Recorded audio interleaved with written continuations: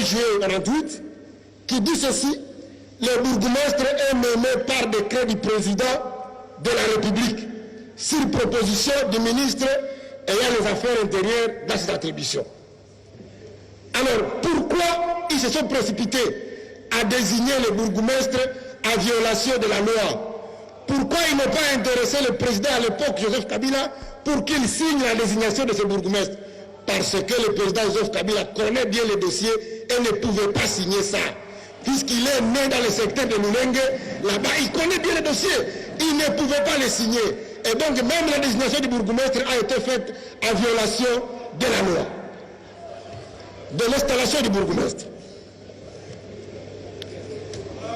Des ordres de mission. Des ordres de mission signés le même jour, pour le même itinéraire, le même nombre de jours, curieusement à des temps différents, parce que c'est deux ordres de mission qui comportent des numéros qui se distancent.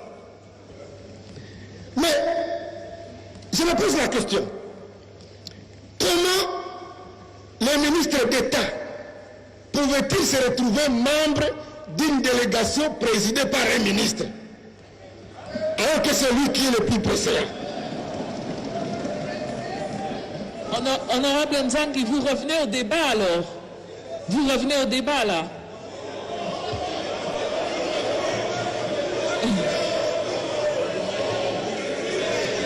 Vous revenez au débat? Madame la Présidente, le ministre a répliqué pendant 56 minutes. Je crois que l'équité, c'est aussi que moi aussi j'ai le temps de parler. Je ne l'interdis pas, honorable, excusez-moi. Je ne l'interdis pas, honorable Nzangi, mais j'ai l'impression qu'on confond conclusion et débat. Parce que non, c'est ma conclusion. D'accord. Du calme, du calme, du calme. J'essaie de comprendre son cheminement. Merci. Merci beaucoup, Madame la Présidente. Je vais tenir compte de la remarque. Allez-y. Le ministre d'État nous a dit que c'est au cours des conseils de ministres que la mission de Minembwe était décidée. Or, jusque-là, à notre connaissance, tous les conseils de ministres sont présidés par le chef de l'État. Et dans son adresse au député à Goma, le chef de l'État avait bien dit qu'il n'était pas au courant de cette mission. Donc, de quel conseil de ministres parle-t-on? Troisièmement, le ministre a toujours chanté la bonne gouvernance. Et ce parti a comme slogan la bonne gouvernance. Et on le lui reconnaît. Mais comment comprendre que les deux ordres de mission qui ont été signés le même jour, avec le même itinéraire, se retrouvent avec deux bailleurs de fonds? Un ordre de mission qui doit être payé par la Banque mondiale, un autre ordre de mission qui doit être payé par le Trésor public. Je me demande, est-ce que les fonds induits qui ont été perçus ont été remboursés dans la caisse de l'État? C'est la procédure. Est-ce que l'installation du bourgmestre était fait du hasard, une coïncidence, ou c'était fait programmé? Voici, honorable présidente, ma conclusion sur cette question-là de l'installation du bourgmestre. Les membres de la délégation de la caravane de la paix ont été informés à l'aéroport de Kavumu par des militaires qu'au-delà de la mission de la paix, ils vont aussi installer un bourgmestre. Ils sont là, ils ne disent pas le contraire. Tout était préparé. La mobilisation était faite, non seulement à Minembwe, mais aussi à Kigali et dans les différentes diasporas.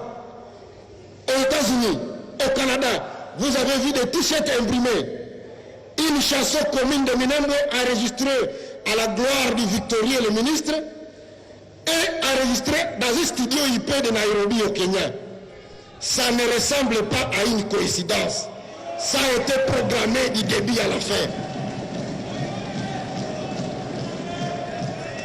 Le ministre est venu dire ici qu'il n'était pas au courant de cette planification de l'installation du ministre.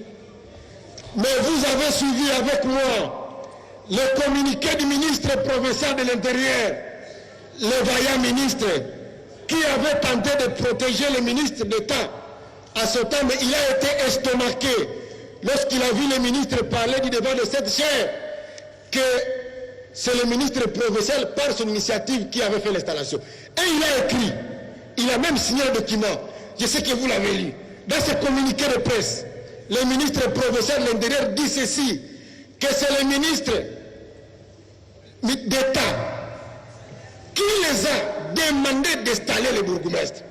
Il dit que le gouverneur avait même refusé, et c'est par insistance du ministre d'État